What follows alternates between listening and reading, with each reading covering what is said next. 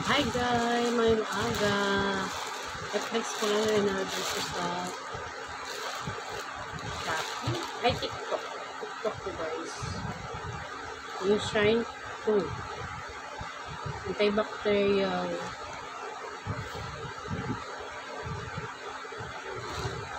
Floor cleaner. Guys. Ano po siya guys? Mayroon siyang iba-ibang kulay. Violet, yellow, blue. Ito yung in-order ko blue yata. Maganda daw to kasi pag nilinis mo daw to siya guys, magiging shine siya pero hindi siya matigas. Unbox natin. Ang tama yung kulay ng in-order. Kulay blue.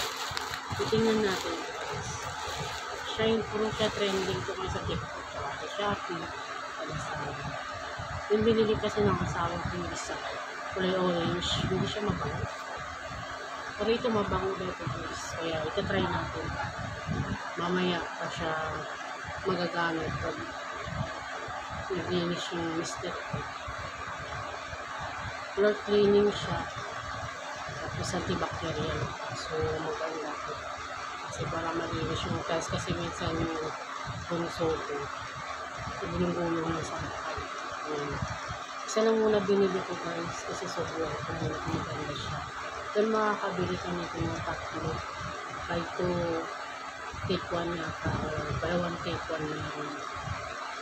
Pag isa lang, 57 hindi na yata. Susubukan natin ito guys kung maganda.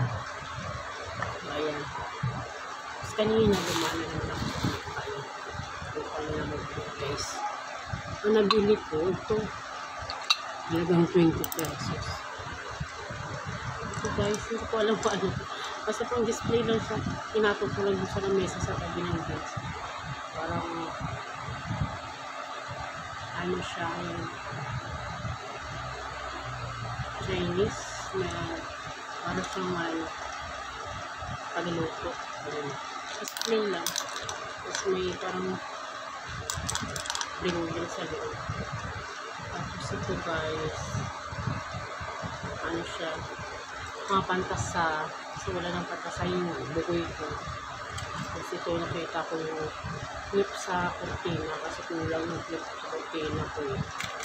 Ayan, may piraso din nakuha. Tapos ito, paper clip po yung gagamit ko kay bukoy.